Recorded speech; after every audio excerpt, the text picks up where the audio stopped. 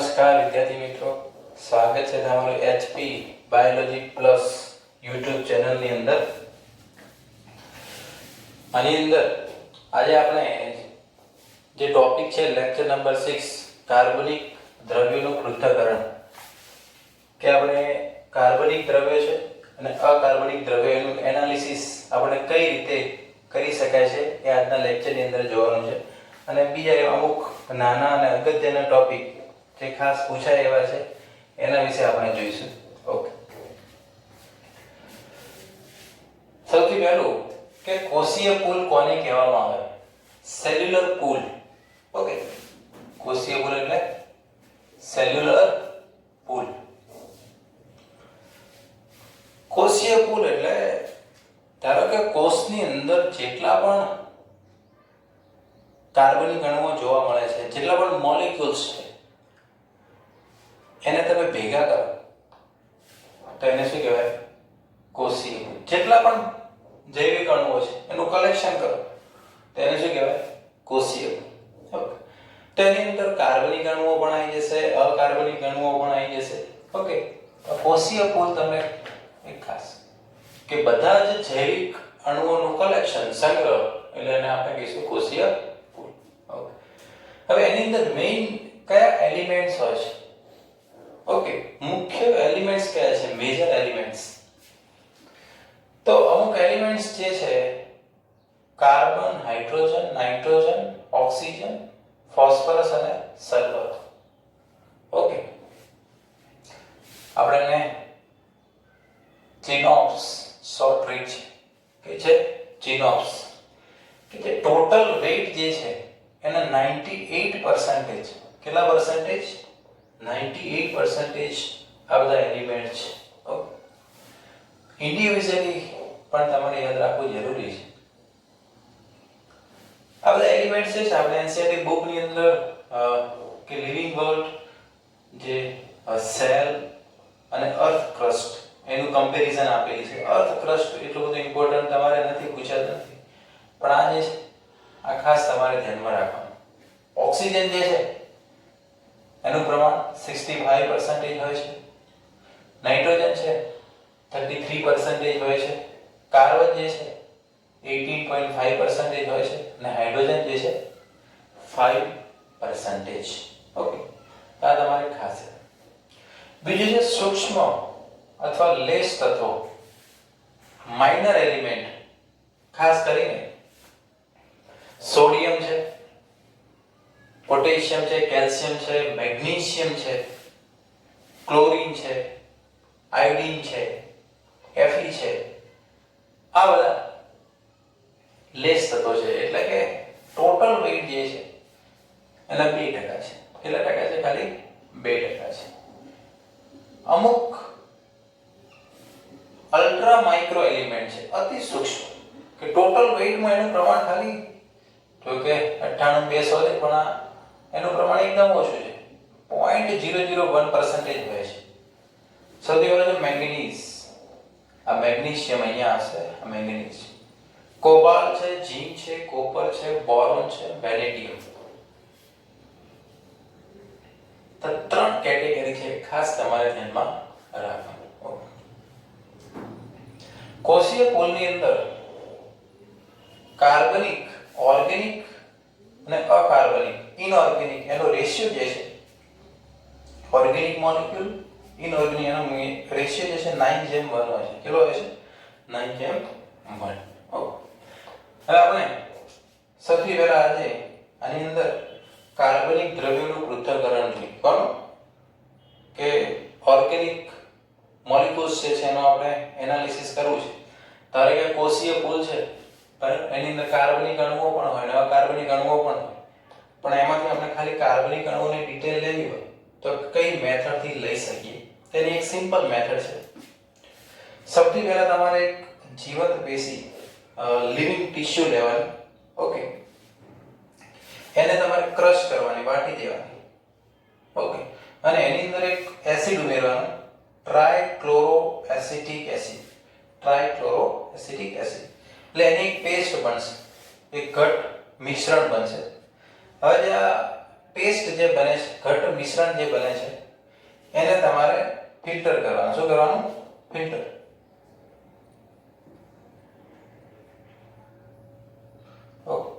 એના માટે સ્પેશિયલ જે ચીઝ ક્લોથ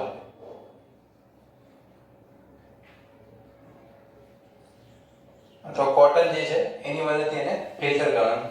તમે ફિલ્ટર કરશો એટલે તમને બે પાર્ટ મળશે. કેટલા પાર્ટ મળશે? બે. ઓકે. અમુક નીચેના ભાગ મળશે અને અમુક જે છે અહીંયા ઉપર જ રહી જશે. ઓકે.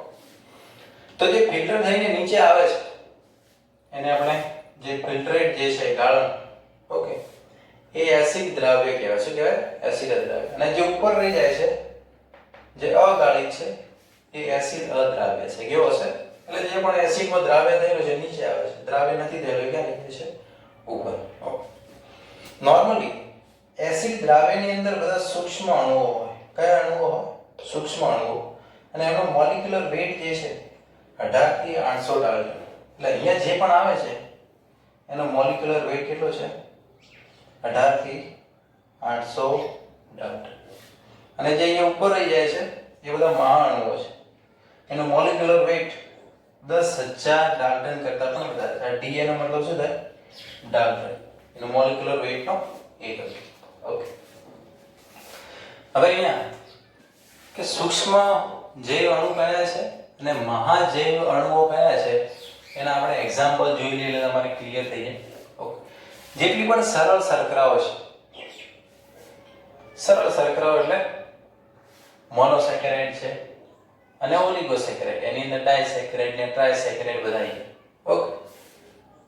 એ બધા સૂક્ષ્મ જૈવ અણુઓ છે. કેવા છે? સૂક્ષ્મ જૈવ અણુઓ. તો એ બધા એસિડ દ્રાવ્ય પૂલની અંદર આવશે. હવે જ્યારે બધી શર્કરાઓ જોડાય છે, પોલિમર બને છે એટલે જટિલ શર્કરાઓ બને, એ પછી મહાજૈવ અણુઓ કહેવાય. શું કહેવાય? સ્ટાર્ચ છે, સેલ્યુલોઝ છે, ગ્લાયકોજન છે, ઓકે, ઇન્યુલિન છે, આ બધા મહાજૈવ અણુઓ કહેવાય. શું કહેવાય? મહાજૈવ અણુ. આ મોનોમર છે જોડાયેલા પોલિમર. ઓકે. એના ન્યુક્લિયોટાઇડ એ સૂક્ષ્મ જૈવ અણુઓ કહેવાય. ઓકે. ન્યુક્લિયોટાઇડ જે છે ત્રણ વસ્તુના બને: નાઇટ્રોજન બેઝ, પેન્ટોઝ શર્કરા અને ફોસ્ફેટ. ત્રણ ભેગું થાય એટલે ન્યુક્લિયોટાઇડ બને. ઘણા બધા ન્યુક્લિયોટાઇડ ભેગા થાય એટલે ન્યુક્લિક એસિડ બને. શું બને? Nucleic acid. જેમ કે ડીએનએ અને આરએનએ. ડીએનએ અને આરએનએ. તો આ મોનોમર એકમ છે તો સૂક્ષ્મ જૈવ અણુ કહેવામાં આવશે. અને આવ્યો પોલિમર એકમ છે ન્યુક્લિયોટાઇડનો, ડીએનએ અને આરએનએ. તો એ મહાજૈવ અણુ કહેવાશે. એના પછી ફેટી એસિડ અને ગ્લિસરોલ એ સૂક્ષ્મ જૈવ અણુ છે. લિપિડ જે છે એ મહાજૈવ અણુ છે. ઓકે. અમાઇનો એસિડ જે છે સૂક્ષ્મ જૈવ અણુ છે, પણ એ જ્યારે જોડાય છે, ઘણા બધા અમાઇનો એસિડ પેપ્ટાઇડ બનતી જોડાય છે એટલે પ્રોટીન બને. તો પ્રોટીન એ મહાજૈવ અણુ છે. ઓકે. તો બધા મોનોમર છે ને આ બધા પોલિમર છે. હવે આની અંદર એક ખાસ ધ્યાન રાખવા જેવી વાત એ છે લિપિડ. લિપિડ એ સાચો પોલિમર નથી. Lipid is not a true polymer. હવે લિપિડ જે છે એનું મોલેક્યુલર વેઇટ કેટલું છે? 800 ડાલ્ટન. કેટલું છે? 800 ડાલ્ટન. હવે થાય છે શું કે જેનું મોલેક્યુલર વેઇટ 800 ડાલ્ટન હોય તો ક્યાં આવવું જોઈએ? એસિડ દ્રાવ્ય પૂલમાં. શેમાં આવવું જોઈએ? એસિડ દ્રાવ્ય. હવે લિપિડનું મોલેક્યુલર વેઇટ કેમ આટલું છે? કારણ કે એની અંદર ફેટી એસિડ અને ગ્લિસરોલનો જ અણુ છે. એ કોઈનો પોલિમર છે. લિપિડનો ખાલી બે જ અણુ છે, ફેટી એસિડ અને ગ્લિસરોલ, જે પોલિમર નથી. તેમ છતાં પણ એ એસિડ અદ્રાવ્ય પૂલમાં રહી જાય છે. એનું કારણ શું? કે લિપિડ જે છે એ નોર્મલી કોષના સ્તરમાં હોય, અલગ અલગ અંગિકાઓમાં હોય, એટલે બધું ભેગું થાય અને એ પુટિકાઓ સ્વરૂપે બને. કયા સ્વરૂપે બને? પુટિકાઓ. અને પુટિકાઓ જે છે એ પછી પાણીમાં અદ્રાવ્ય રહે છે, એસિડમાં પણ અદ્રાવ્ય રહે છે, એટલે આમાંથી પસાર થઈ શકતી નથી. ઓકે. એટલે એ પોલિમર નથી. આ પણ ઘણીવાર એક્ઝામમાં પૂછાય છે કે નીચેનામાંથી કોણ પોલિમર નથી. આ બધા ઉદાહરણ આપેલા એમાં પછી તમારે લિપિડ ટીક કરવું પડે. ઓકે, તો આ એક અપવાદ છે ને તમારે ખાસ ધ્યાન રાખવાનું. પછી કોષની અંદર આ બધાનું પ્રમાણ કેટલું હોય? Okay, composition. સૌથી પહેલું પાણી 70% હોય. કેટલા ટકા હોય? 70%. સૌથી વધારે આપણી અંદર પ્રમાણ કોનું હોય? પાણીનું 70%. ઓકે, એના પછી છે પ્રોટીન. પ્રોટીનનું પ્રમાણ કેટલું છે? 10%. કેટલા ટકા છે? 10 થી 15%. યાદ કઈ રીતે રાખવાનું? પ્રોટીન ટીન એટલે 10 ઉપરથી શું આવે? 10%. ઓકે, એટલે 10 થી 15%. Okay, nucleic acid. ઓકે, એનું પ્રમાણ છે 5 થી 7%. ઓકે, એનો સ્પેલિંગ જો ન્યુક્લિક એસિડ. ઓકે, તો ન્યુક્લિક એસિડ્સ છે જેમ કે ડીએનએ અને આરએનએ. ઓકે, આ કેટલા લેટર છે? 1 2 3 4 અને 5. આ કેટલા છે? 3 3 6 અને 7. તો કેટલા ટકા થયું? 5 થી 7%. એટલે આ રીતે તમે યાદ રાખી શકો. પછી છે કાર્બોદિત. એટલે એને કહેવાય કાર્બોહાઈડ્રેટ. શું કહેવાય? કાર્બોહાઈડ્રેટ. 3% છે. પહેલો લેટર કયો છે? સી. ઓકે, એટલે ન્યુક્લિક ની અંદર સી આવે છે એટલે સી થી પાછો કાર્બોહાઈડ્રેટ છે, કાર્બોદિત ચાલુ થાય. ઓકે, અને એબીસીડી ની અંદર ત્રીજો લેટર કયો હોય? સી. પ્રમાણ કેટલું છે? 3%. કેટલા ટકા છે? 3%. એના પછી તો લિપિડ 2%.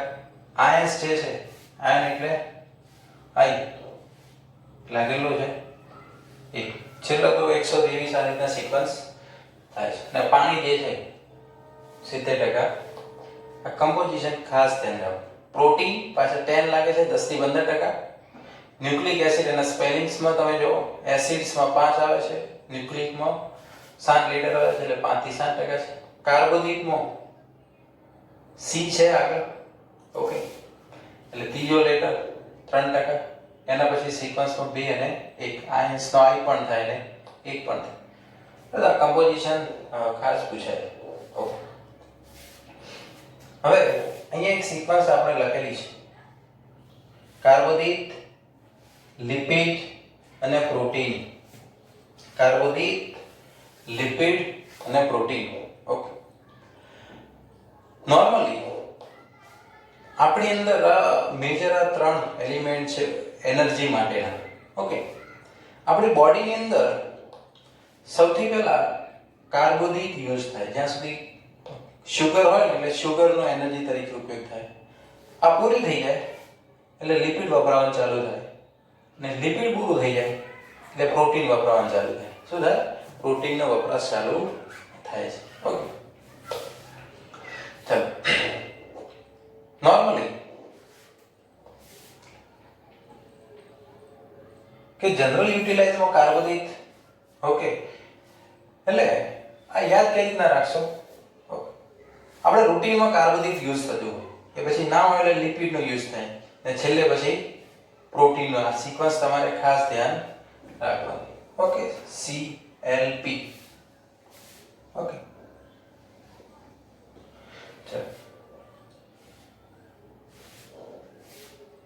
હવે નોર્મલી ધારો કે કોઈ વ્યક્તિ છે ઉપવાસ ઉપર છે, સ્ટાર્વેશન કન્ડિશનમાં છે, ભૂખમરાની પરિસ્થિતિમાં છે, એટલે બહારથી કોઈ ખોરાક લઈ નહીં લે એટલે એને કાર્બોદિત મળશે નહીં. એટલે શું થશે? કાર્બોદિત નહીં લે એટલે ડાયરેક્ટ લિપિડનું યુટિલાઇઝેશન ચાલુ થશે. કોનું યુટિલાઇઝેશન ચાલુ થશે? લિપિડ. ઓકે, હવે નોર્મલી જ્યારે લિપિડનો ઉપયોગ થાય છે ચાલુ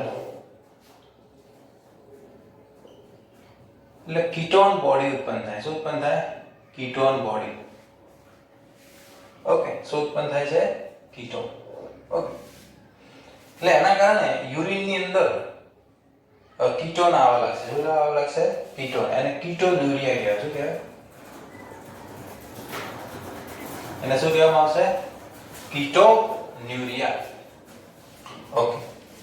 હવે નોર્મલી જે વ્યક્તિને ડાયાબિટીસ હોય, શું હોય? ડાયાબિટીસ મેલાઇટસ. હવે એમાં શું થાય? એમાં શુગરનો તો ઉપયોગ થતો ના હોય, એના કારણે તેનું પ્રમાણ વધતી રહ્યું હોય. કારણ કે જો યુટિલાઇઝ થાય જ છે, કાર્બોદિત યુટિલાઇઝ થતું હોય તો કોઈ પ્રોબ્લેમ જ નહીં, એને ડાયાબિટીસ જ ના હોય. પણ ના યુટિલાઇઝ થવાના કારણે પછી શું યુઝ થાય? લિપિડ. શું ઉપયોગ થાય? લિપિડ. એટલે જે ડાયાબિટીસ વાળા વ્યક્તિ હોય અને યુરિનમાં કીટોન બોડી હોય, શું હોય? એને કીટોન્યુરિયા પણ કહેવાય. ઓકે. તો આ પરિસ્થિતિ સર્જાય છે. અને પછી જો લિપિડ પણ ના હોય તો પ્રોટીન યુઝ થાય. શું યુઝ થાય? પ્રોટીન. સિક્વન્સ કઈ રીતના યાદ રાખશો તમે? કે આ જે છે કેશ છે, લિપિડ કયો છે? ફિક્સ્ડ છે. અને આપણો જે મેઇન બિલ્ડિંગ બ્લોક છે બંધારણમાં શું હોય? પ્રોટીન હોય. હવે નોર્મલી આપણે પૈસા હોય તો નોર્મલી સૌથી પહેલા જે કેશ હોય, જરૂર પડે તમારે પૈસાની, એ તમારા ઘરમાં જે કેશ હોય એનો ઉપયોગ કરો. શું કરો? ઓકે. પછી એ ના હોય તો પછી તમારે બેંકમાં જે ફિક્સ ડિપોઝિટમાં પૈસા મૂકેલા હોય એનો ઉપયોગ કરો. બરાબર? એ પણ પૂરા થઈ જાય એટલે પછી તમે શું કરો? પછી પણ પૈસાની જરૂર છે તો તમારે જે પ્રોપર્ટી વેચો. શું કરો? પ્રોપર્ટી, જમીન વેચો, મકાન વેચો, એમાંથી પૈસા લાવો. એટલે આમાં પણ એવું જ.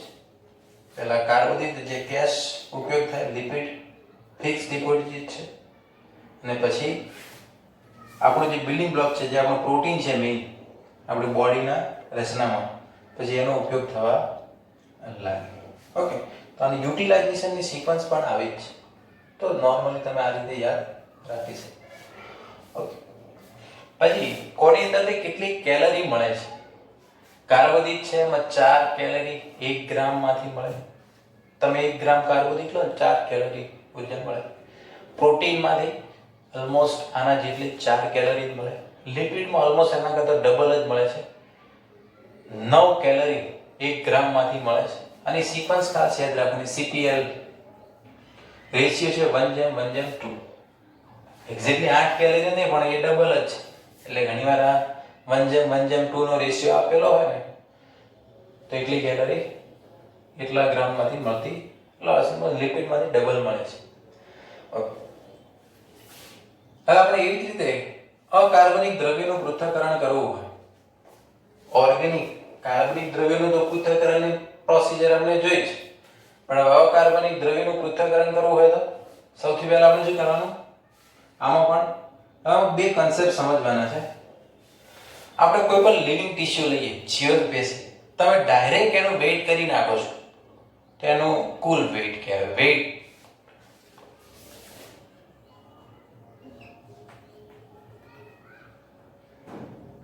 ઓકે. પણ ધારો કે તમે કોઈ જીવંત પેશી લેશો અને ડ્રાઇંગ કરો છો. ઓકે. ડ્રાઇંગ કરશો એટલે એમાંથી શું દૂર થઈ જાય? પાણી દૂર થઈ જાય. શું થઈ જાય? પાણી. પછી એનું જે વજન કરો એનું શું કહેવાય? શુષ્ક વજન કહેવાય. શું કહેવાય? શુષ્ક વજન. ઓકે. હવે આપણે શું કરવાનું છે કે અકાર્બનિક દ્રવ્યનું એનાલિસિસ કરવા માટે ફોર એક્ઝામ્પલ સૌથી પહેલા આપણે જીવંત પેશી લઈએ. શું લઈએ? ઓકે. પછી એને બાળી નાખવામાં આવે. ઓકે. એમાં ડ્રાઇંગ પ્રોસિજર કરી એટલે એનાથી શું થાય? જેટલા પણ બધા કાર્બનિક દ્રવ્યો છે એ બધા દૂર થઈ જશે. CO2 પાણી બધું દૂર થઈ જશે. ઓકે. તો એને બાળી નાખવાથી પછી જે વધે આપણે એને રાખ કહીએ. શું કહીએ? રાખ. S નો મતલબ S એટલે રાખ. બરાબર. અને આનો પછી તમે એનાલિસિસ કરો તો આમાં તમને ખાલી શું મળે?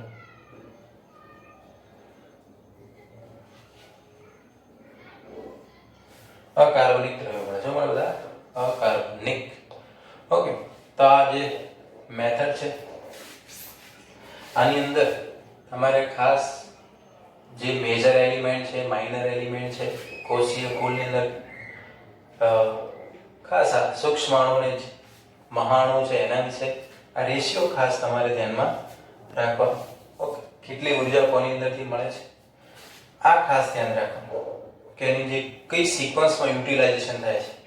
સૌથી પહેલા કાર્બોદિત, પછી લિપિડ ને પછી પ્રોટીન. ઓકે, તો અહીંયા આપણો લેક્ચર જે છે કે બેઝિક કાર્બનિક અને અકાર્બનિક દ્રવ્યોનું જે એનાલિસિસ મેથડ છે અહીંયા પૂરી થાય છે. Thank you.